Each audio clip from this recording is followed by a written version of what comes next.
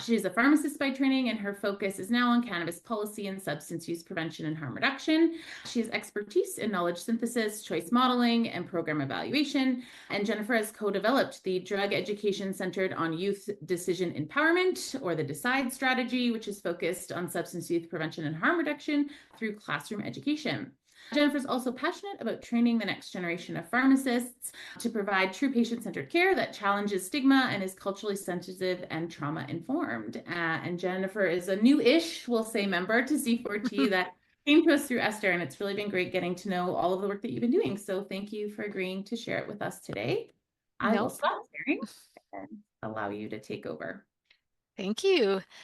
And thank you for having me. Always delighted to get an opportunity to share our DECYDE work. Yeah, today I'm going to be talking about our DECYDE strategy, which has been built over the last, I'd say we've been working on it 4 years now, and it's certainly evolved from what was originally an idea of developing cannabis lesson plans for schools to something that is very comprehensive and addresses all substances. And I will also include a land acknowledgement and the lands that Memorial University campuses are situated, and the lands on which I live, work, and study are the traditional territories of diverse Indigenous groups. And we acknowledge with respect diverse histories, cultures of the Beothuk, Mi'kmaq, Innu, and Inuit of Newfoundland and Labrador. So this is our team. It's an evolving team. It seems like a lot of people here, but it's certainly been a small core, a number of people who've been really passionate about building this DECYDE strategy. And so we're just really grateful for our collaborators, our students, our current and past staff. It wouldn't have been possible without everybody's effort that's gone into this. And I will just do a quick background. I'll tell you what kind of informed the DECYDE strategy, where it came from. I'll look at a few of the materials, and if we have time, I'll also go to our website and just comment on our plans for evaluation. I don't need to talk about much background on the issue of substance use in our country with this group, but I will just say that unfortunately, it doesn't matter what health statistics we're looking at, Newfoundland seems to always outnumber all the other provinces, and not in a good way. You know, whether it's higher smoking rates, higher uses of alcohol, greater heart disease, whatever it is, we seem to be leading the country in these rates, and substance use among youth is no different. So it really is something we critically need to look at. This here is what we envision the DECYDE strategy to look like. So we are kind of building, starting with the schools and building on it from there. So what I'll go through today is what we've done so far in terms of professional learning, lesson plans, supplementary resources, and things like that that are very classroom focused. Now that we have that developed and pilot tested, we really have a vision for how DECYDE can expand into the community. So a lot of our resources can certainly be used by members of the public. We also want to have more of an online presence, really tap into peer support models, whether it be with students or parents. And we also want to inform community level interventions. And so DECYDE at its core is primary and secondary prevention. So we want to prevent substance use, but we also want to, focus on harm reduction as well. And we really feel like the robust data is what's going to get us there. So we're hoping moving forward, we'll be able to collect data from students that will inform true prevention strategies at the community level. So our mission is to equip youth with the knowledge and skills to make informed decisions about substance use and to foster resilience, reduce harms, and promote well-being through evidence-based, trauma-informed prevention and harm reduction education in collaboration with school, families, and communities.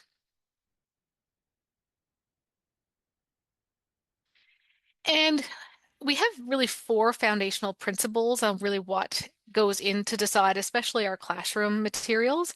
First and foremost, we want to make sure that they're evidence informed, that it's trauma informed, that teachers are well equipped to know how trauma can impact substance use and how to approach that in the classroom.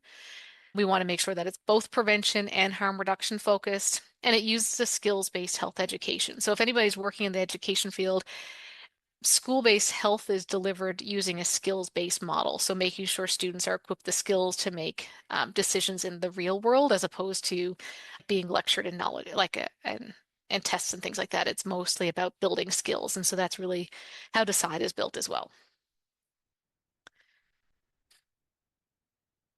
So when it comes to what informed DECYDE, we did a number, this started by some youth engagement work, and I have a couple of slides on that in a second, but we engaged with 91 youth from across the province, and our primary objective was to look at the impact of cannabis legalization on the youth population, so youth between 13 and 25.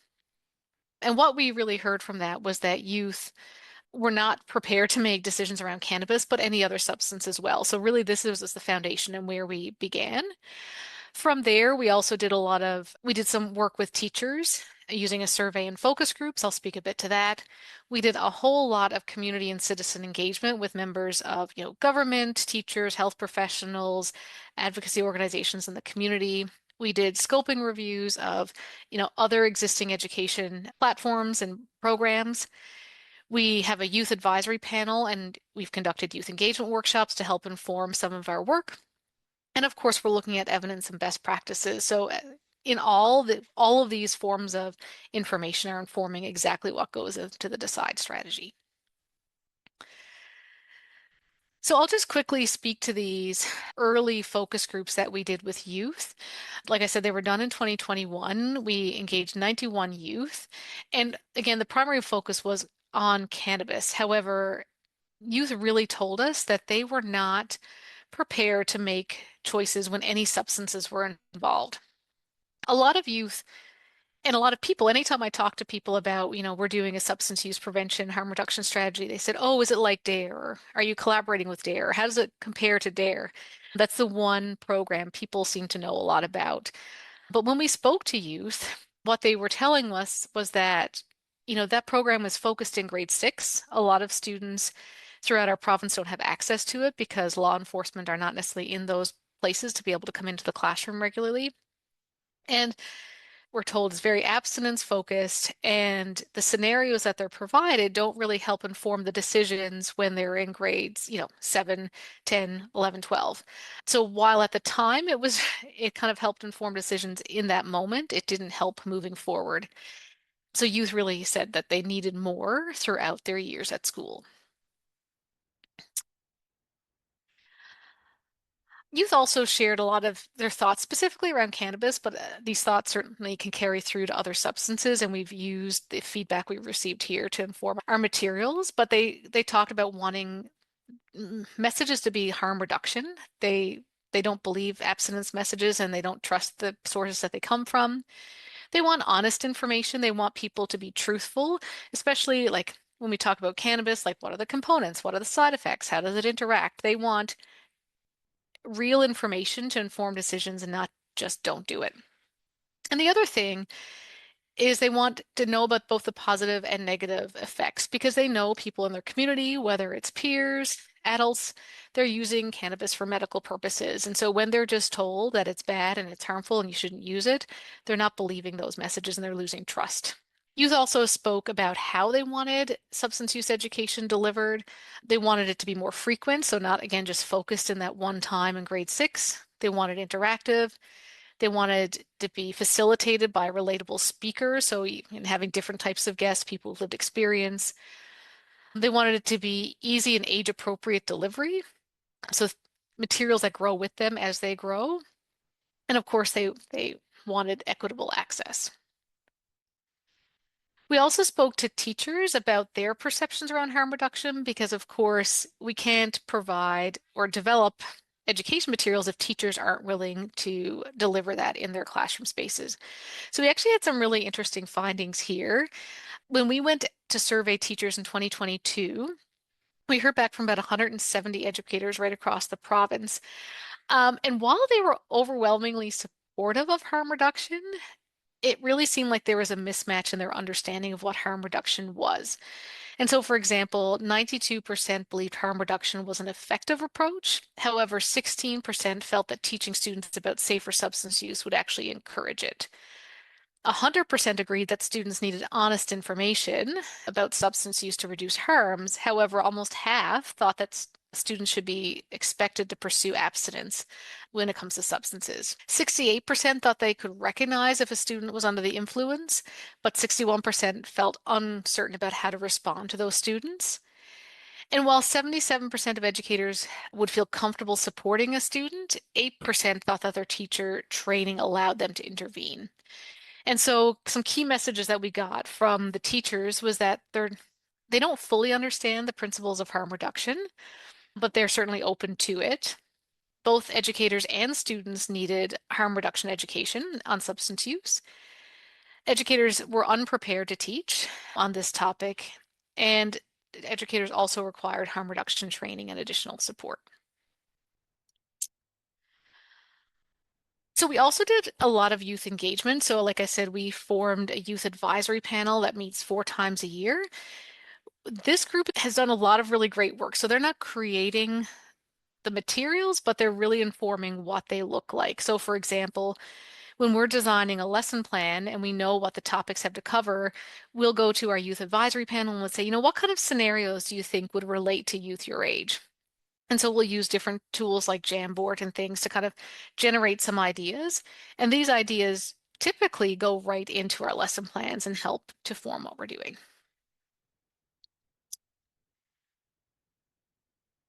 And as I said, we've done a lot of collaborator consultations. This is an old slide. We're certainly over 140 to date, but we meet with our government partners, both health and education. We have our provincial health authority and the provincial harm reduction consultants actually come to monthly meetings and provide insights. We work with our education system, community organizations, and of course, people with lived experience to inform these resources. Okay, so that's kind of in a nutshell, the types of things that informed how we built the DECYDE strategy and why it looks the way it does. Now I'll just kind of walk through some sample materials so you can see kind of what we've built as a result of the information we've gathered. So if anybody's interested, you can check out the website, decide.ca. And this will be what you see. So we have a teacher portal, which kind of contains all of the resources that are classroom focused. We have educator resources, and I'll walk through some of those, a lesson plan, some educational videos, as well as substance snapshots, and I'll talk to what each of those are. Our Knowledge Corner is meant to be a public-facing resource page, so it's a lot of duplication because a lot of things that are suitable for teachers and students are suitable for the public, but it also includes resources and supports right across the country that students can access as well. As I mentioned, everything is built based on the skills-based health education. And so really incorporating things like class discussion, brainstorming, role-playing, small group activities, games, storytelling into how each of these lessons are delivered to the students. And we do have comprehensive lesson plans. And now on our website, you should be able to find lesson plans for grades 4 right through to grade 9 with our high school module coming out very soon. When we look at the lesson plans right now, we have them mapped to all the curriculum outcomes for Newfoundland and Labrador. We would love to, with further funding or collaboration, be able to map all of our lesson plans to other provinces' health curriculum so that they're just more accessible and easier for those teachers to use. I will go through our website shortly and you'll see how each lesson plan then is accompanied by all sorts of support or student activities that can be downloaded and used. And this is something we heard from our consultants, but also our teachers, is that they really need some background information to be able to deliver a lesson plan well. So we have a lot of just 2-page infographics that match with each of the lesson plans to be able to help teachers prepare. Another thing we've included in the DECYDE strategy is our own decision-making model. So if you're familiar with a lot of other types of substance use education, they often come with a decision-making model. We looked at the literature to see what was out there, if we could use something that was currently existing, and we didn't really find something that was a good fit for us. So we actually developed, this is a novel decision-making model, but certainly based on the literature of decision-making processes. So we call it FACE. It's feel, assess, choose, and evaluate. And I'm going to not get the translation right, but it translates into French as well to still be face, which is wonderful.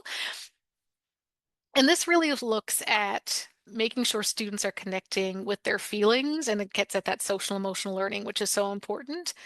Responsible decision making, that interpersonal communication, and then, of course, reflecting on their decisions and how they could make safer choices or if they made the safest choice.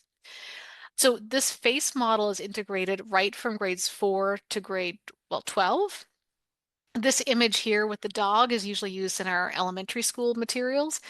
And we have another version that Youth Informed to say that they told us that it was too childish, the other one, so they helped us create something that was more teen appropriate and teen facing.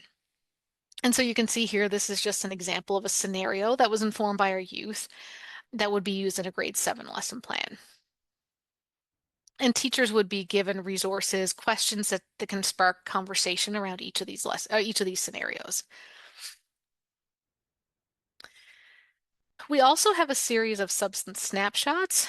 Again, this is what we were told from our consultations, is that teachers don't often know about the substances they need to teach about, and so they really need just a resource. So we ended up developing about, I think there's over 35 individual substance snapshots now on all sorts of different substances, and they're all formatted the same way.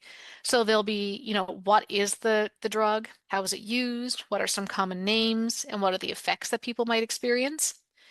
And then on the second page, this was something that's really important, is when do you seek emergency help? That's something youth told us. They had no idea. And we've heard some pretty tragic stories of youth who've witnessed or experienced peer death because people didn't know when to seek emergency help. So these are all unique to the substances, and of course, how to stay safer with that particular substance. And we have some interesting facts on the other side. Like I said, we also have dozens of educator resources that complement the lesson plan. So, for example, understanding what adverse childhood experiences are. There's one here on caregiver, high-risk substance use and substance use disorder in the home, and how that kind of might impact students and how they interact with this material. We also have things that are just for teachers, like focusing on empathic strain, how discussing substance use with their classes may be difficult for the teacher and how they can handle that. So again, you can look to our website, but we now have dozens of these kind of complementary resources. I'll probably skip over some of these. These are just some snapshots of some of the other ones. Harm reduction, when we have one on stigma, the adverse childhood experiences. So all of our lesson plans to date have either been pilot tested or we're just finishing up the pilot testing, certainly for grades 4 through 9. We've gotten feedback from teachers, which has been overwhelmingly positive, but they've also provided us with lots of small things that we can just adapt and update to those resources to make them even better. So the pilot testing is cluing up. We also got funding from our government, provincial government, to do French translation. So while that's not accessible yet to everyone, we are almost finished getting everything translated, and now we just need to kind of get someone who's into web page design to be able to design an updated website that can include the French translations. So looking ahead, really our biggest focus right now is on sustainability. We had some funding from the SUAP, as well as some smaller pots of funding through our local organizations that have funded the development and piloting of the DECYDE strategy. All that funding is kind of dried up at the moment, so we're really trying to find funding that would allow us to complete full implementation, but more importantly, to evaluate it. So it's easy for this to be implemented. It's open access. Any teacher can take it and use it. However, we really want to evaluate it to see, is it doing what it was intended to do? We also need to do some professional learning. So we did education with pilot teachers, but we'll be doing that more widespread as it goes into full implementation. We would love, as a future vision for DECYDE, to align with the Icelandic prevention model. And if you're familiar with that, they're really focused on substance use prevention. They don't really focus on harm reduction at all. So we would love our model to kind of mirror the Icelandic prevention model on the prevention side, accompanied by the education piece for the harm reduction. Again, we need to collect robust data to be able to measure if this strategy is doing what it's intended to do. So we're working with the University of Waterloo to implement the Compass survey in this province. We'll be piloting it in the fall, but we don't have the funding to fully implement it across the province right now. And of course, to launch our French translation. So that is it for my slides. I just have the website open here as well. And it's hard to appreciate how many resources are there. But if you go to our educator resources, you'll see that there really is so many on different topics on harm reduction. Mental health and well-being is huge. And so a lot of our lesson plans have a mental health component to it. So there's some resources that are specific to that. Protective and risk factors, especially our grade 9 lesson plans really focus on sexual health and substance use, some core concepts, teacher tips and things. Um, and I'll just highlight one of the lesson plans that I had open here. Each lesson plan is pretty comprehensive. It starts with outlining all of the curriculum outcomes that meet the Newfoundland Labrador curriculum outcomes. It also provides some good background information, some key considerations that teachers should really consider before delivering the lesson plans, and links to a lot of our resources to support that. And then norms and expectations in the classroom. So how to have these conversations and tips for teachers to do that. And everything is then linked. All the resources and supplementary things are linked here that the teacher would use in each of these unique lesson plans.